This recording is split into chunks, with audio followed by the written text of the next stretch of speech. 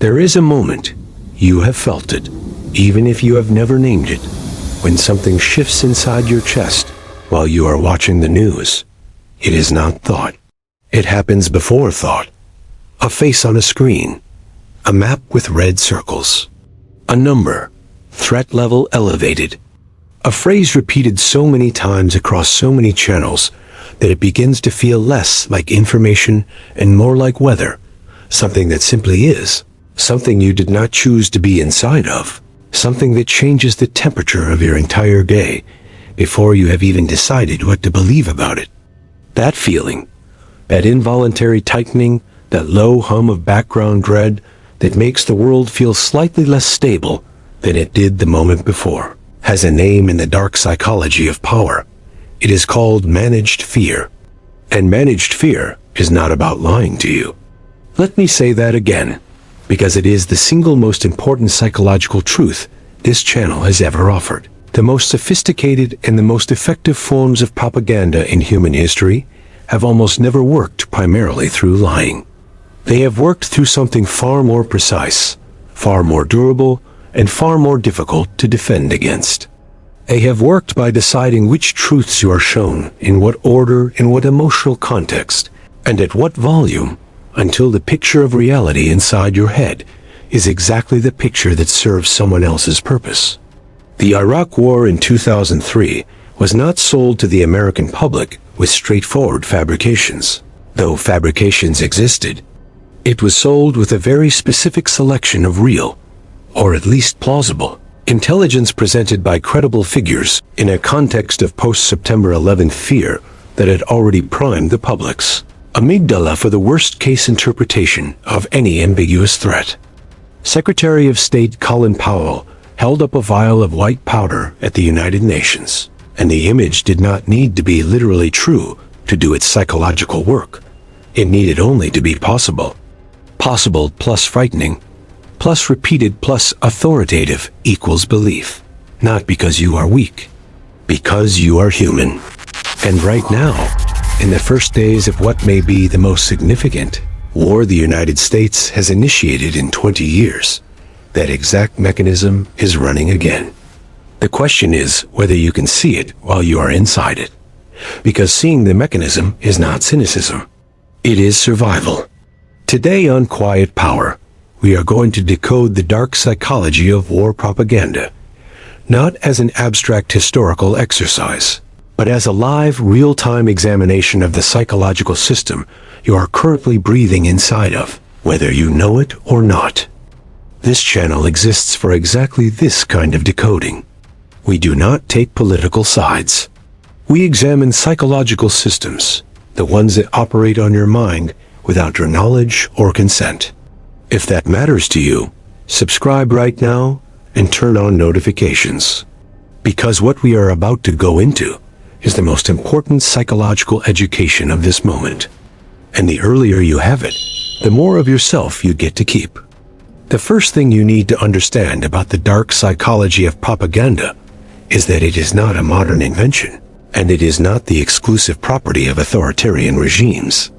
It is as old as organized human conflict, and it has been refined with the kind of meticulous, research-driven precision that any effective technology undergoes by every major power in the world across the last 100 years. When David Lloyd George established the British War Propaganda Bureau in August 1914, less than 2 weeks after the start of World War I, he recruited not intelligence officers, but writers. Arthur Conan Doyle, H.G. Wells, Thomas Hardy Rudyard, Kipling, the most trusted voices in British culture, and gave them one task: not to invent stories, but to select, frame, and amplify real events in ways that would make the US public feel what the government needed them to feel.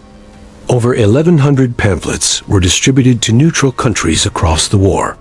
The most psychologically powerful of them, the report on alleged German outrages of 1915, documented atrocities, some verified, some extrapolated, some invented, but presented in a visual and emotional register so precisely calibrated to the specific fears of its audience that it produced the desired response across cultures and languages. horror, outrage, and the moral conviction that the enemy was not just dangerous, but subhuman. That dehumanization, the psychological process of removing the enemy from the category of beings entitled to moral consideration, is what propaganda theorists call the prerequisite step.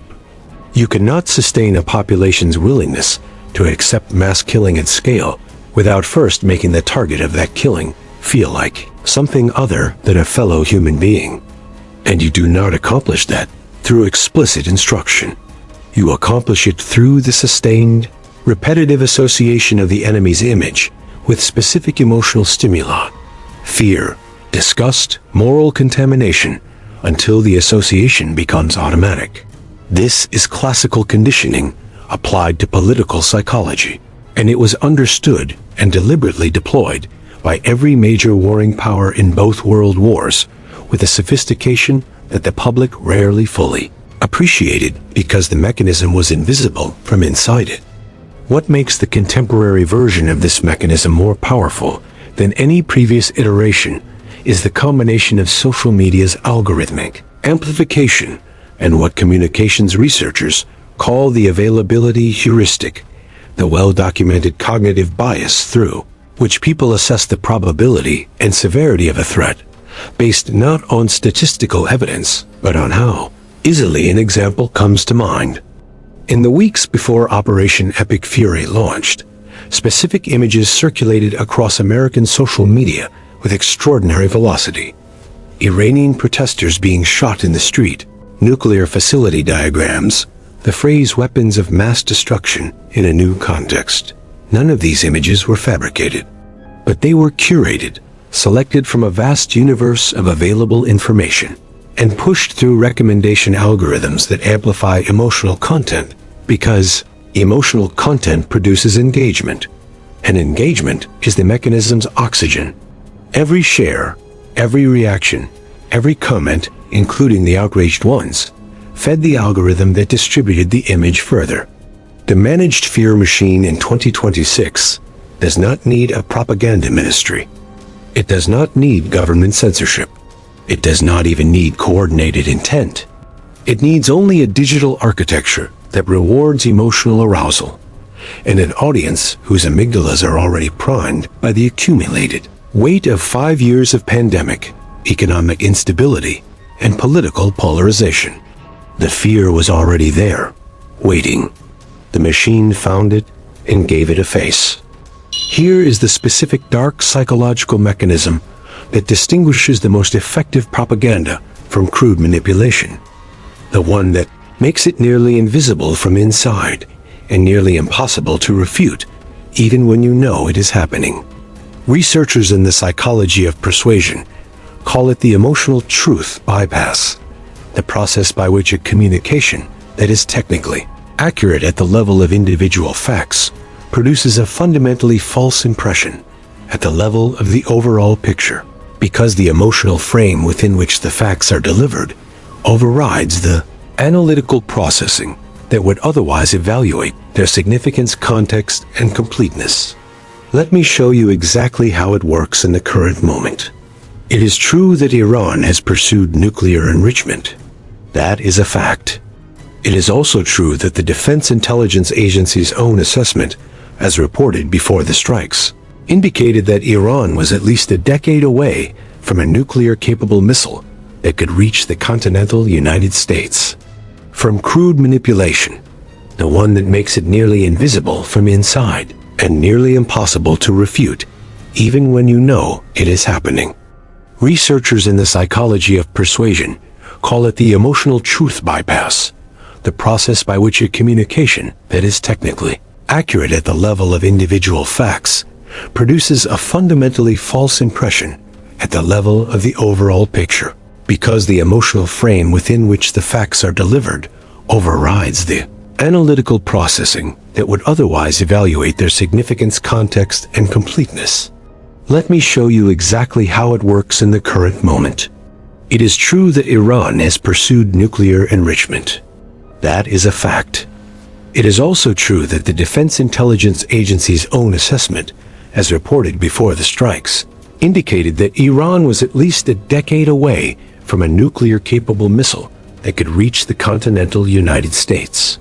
That is also a fact. Both of these facts exist simultaneously, but they are not presented to the public simultaneously in equal proportion, with equal emotional weight and visual prominence. One fact, Iran is enriching uranium, is presented with imagery of mushroom clouds, with the emotional context of September 11th, with the voice of authority figures who have spent years building threat credibility. The other fact, a decade away from delivery capability, appears in a subordinate clause in a paragraph on page 14 of a policy analysis that 300 people will read. The emotional truth of what the average news consumer absorbs from this environment is not the statistical or strategic reality. It is the feeling. And the feeling that managed fear is doing the psychological work that the government or the political actor needs it to do, without a single explicit lie being necessary. Washington-based analyst Abu Urshid described this process with striking precision when he said the administration is effectively updating the visual dictionary of fear, reusing the exact rhetorical and visual vocabulary that was used to sell the Iraq War in 2003, knowing that the population that lived through that era has been sufficiently replaced, sufficiently exhausted, and sufficiently reprimed by subsequent fears that the pattern is not immediately recognizable as a repetition. This is what Edward Bernays, the father of modern public relations, Sigmund Freud's nephew, and the man who first systematically applied psychoanalytic theory to mass persuasion, described in his 1928 book, Propaganda, as the conscious and intelligent manipulation of the organized habits and opinions of the masses. Bernays was not describing something sinister from the outside. He was describing something he was professionally proud of, the engineering of consent, the process by which a small number of people who understand the psychology of crowds can invisibly shape the beliefs and behaviors of millions of people who do not know they are being shaped. What Bernays understood, and what every sophisticated propagandist since has applied, is that human beings do not primarily form beliefs through logical evaluation of evidence. They form beliefs through emotional resonance, social conformity, and narrative coherence. And once a belief is emotionally embedded, contradicting evidence does not dislodge it. It triggers what psychologists call motivated reasoning, the process by which the mind generates arguments to protect a belief that was formed emotionally, using the same cognitive machinery that it would use for rational analysis, but in reverse, starting from the desired conclusion and working backward to justify it. This is why fact-checking propaganda is so largely ineffective. The facts were never the primary mechanism. The fear was. And fear, once installed, generates its own logic. There is a psychological phenomenon documented extensively in the research on collective fear that has a name most people have never heard, but that shapes their political reality more powerfully than almost any other force: the rally around the flag effect. The rally around the flag effect describes the sharp, documented increase in support for a political leader and their policy decisions that consistently occurs in the immediate aftermath of a major national security event, regardless of whether that leader's decisions were wise, justified, or even clearly explained. It was documented after Pearl Harbor, after the Cuban Missile Crisis, after the Gulf of Tonkin incident, after September 11th, after the 2003 Iraq invasion, and it is running right now. Gallup's historical data shows that George W. Bush's approval rating jumped from 51% to 90% in the days following September 11th, the largest single approval spike ever recorded for an American president. The mechanism behind this effect is not primarily patriotism, though patriotism is its surface expression. The mechanism is threat-induced regression, the well-documented psychological tendency under conditions of perceived existential threat for individuals to abandon complex, differentiated political thinking can consolidate around the perceived source of protection. When the amygdala is activated at scale across a population, The desire for a strong, decisive leader, for clarity, for authority, for someone who projects certainty in the face of chaos, becomes overwhelming. And it does not matter whether that certainty is earned or performed. In the moment of fear, the performance of certainty is indistinguishable from its substance. The political implication of this is not subtle. War, or the credible threat of war, is the single most effective tool available to any leader who needs to interrupt a declining approval trajectory, neutralize domestic opposition, and consolidate power around a simplified narrative of national identity and existential threat. This does not mean that every war is manufactured for political purposes. Real threats exist. Real security decisions are made in genuine good faith. But it means that the psychological incentive structure facing any leader who is considering military action includes a set of domestic political benefits, the rally effect, the silencing of opposition, the consolidation of national identity, that are entirely independent of the strategic merits of the action itself. And when the psychological incentive structure points in the same direction as the strategic one, or when the strategic case is ambiguous, and the psychological incentive is clear, the result is a decision-making environment in which the separation between genuine security judgment and managed fear becomes very difficult to maintain, even for the decision-maker themselves.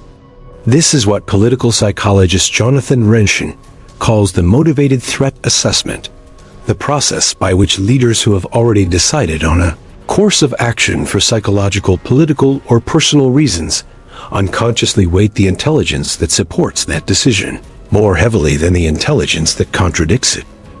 It is not lying. It is not even conscious distortion. It is the human brain's deep documented tendency to find what it is looking for, and in the process, to build the case for what it had already decided to do. The public, receiving the output of that motivated assessment, the curated intelligence, the elevated threat language, the mushroom cloud imagery, has no way to see the motivational architecture behind the presentation. They see only the fear, and the fear feels real, because it is real. The mechanism of managed fear does not create false emotions. It creates real emotions in response to a selectively constructed version of reality. That selectivity is the dark psychology, and it is invisible from inside it. So we arrive at the question that every person who has absorbed what I have just described eventually asks. And it is the right question, the only question that matters once you understand the mechanism. What do you do with this? Because there is a psychological trap on the other side of this awareness that is just as dangerous as the managed fear itself. And it is the trap of radical cynicism, the conclusion that because fear can be manufactured, all fear is manufactured. Because propaganda exists, no threat is real. Because leaders have psychological incentives to exaggerate every threat is an exaggeration. That conclusion is not psychological clarity. It is psychological overcorrection. And it is itself a vulnerability, because it produces a person who cannot distinguish a genuine emergency from a manufactured one, which is precisely as dangerous as the person who cannot distinguish a manufactured one from a genuine one. The goal of psychological literacy in the context of propaganda is not to make you immune to fear.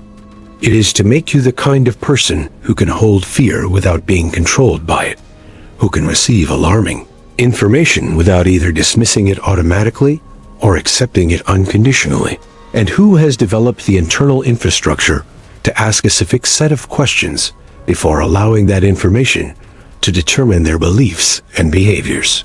Carl Jung said the most terrifying thing is to accept oneself completely, meaning that the shadow, the dark, the uncomfortable truth about what we are capable of believing, fearing, and doing under pressure has to be seen before it can be integrated. And the shadow that most people in a democracy carry without examining is this: you want to be afraid sometimes. Fear is clarifying. Fear is unifying. Fear gives you permission to stop the exhausting work of holding complexity, of tolerating ambiguity, of maintaining your own judgment against the pressure of the crowd. In a world that asks you to hold too many contradictions simultaneously, the reduction of everything to a single clear threat, an enemy, a danger, a face on a screen, is a form of relief. The propagandist does not create that desire. They find it and they feed it. And the only defense against that feeding is the prior development of what psychologists call epistemic humility combined with emotional tolerance, the capacity to sit with not knowing, to remain functional inside uncertainty, to resist the seductive simplicity of the fear narrative without replacing it with the equally seductive simplicity of the conspiracy narrative. What does that look like in practice right now, in the context of the Iran war? It looks like holding simultaneously the following truths. Iran's pursuit of nuclear capability was real. The threat was also likely exaggerated for political and psychological purposes. American soldiers are dying. The decision to send them was made inside a psychological and political incentive structure that included factors having nothing to do with those soldiers' safety. The Iranian people are suffering, and the system that produced its suffering is immensely complex, implicating decisions made across decades by multiple governments, including the one that claims to be liberating them. Holding all of those truths at once is uncomfortable. It does not give you a clean team to root for or a clear villain to despise. It does not produce the satisfying emotional resolution that a propaganda narrative provides, but it is the truth. And living inside the truth, even when it is complex, even when it is uncomfortable, even when the managed fear all around you is pulling you toward simpler story, is the only form of psychological freedom that cannot be taken from you. The managed fear machine is ancient. It is sophisticated. It is running right now on every screen, in every headline, in the very language that politicians and analysts and commentators are using to describe a war that began 4 days ago and whose consequences will shape the world for decades. You cannot turn it off, but you can see it. And the moment you can see it, really see it, not as an abstraction, but as a living system operating on your nervous system in real time, is the moment you stop being its audience and start being its witness. That distinction is the whole game. It always has been. I want to leave you with a practice, not a philosophy, not a concept, but something you can actually do the next time you feel that involuntary tightening in your chest while watching the news. Ask 3 questions. Not to dismiss what you are seeing, but to place it accurately. Question 1. What am I not being shown? Every frame of information is also a selection. Something is always outside it. What is the context that is missing? What is the counter-evidence that is not on this channel, in this segment, in this hour? Question 2. What does someone in power need me to feel right now? And does what I am feeling align perfectly with that? Not because alignment means the feeling is wrong, but because alignment is a signal worth examining. Question 3. If I remove the emotional packaging from this information, the music, the imagery, the tone of voice, the urgency, what is the actual evidential content, and how certain is it? These 3 questions will not protect you from every manipulation. Nothing will. But they will, over time and with practice, begin to create a small but critical delay between the stimulus and your response. And in that delay, inside that gap, is where your actual judgment lives. This is quiet power. This is what we are building here. Not cynicism, not paranoia, but the kind of clear, grounded, psychologically literate awareness that the systems around you spend extraordinary resources trying to prevent you from developing. Subscribe if you want to keep building it, because this war is not the last time you will be inside a managed fear environment. The next one is already being designed. The question is only whether you will be ready. Drop your answer in the comments. I want to know, what was the moment you first realized that what you were feeling while watching the news was not entirely your own? Because when you can name that moment, you own it. Until the next one, think clearly, see deeply, and remember, they do not need to lie to you. They only need to make you afraid. Unless you decide otherwise.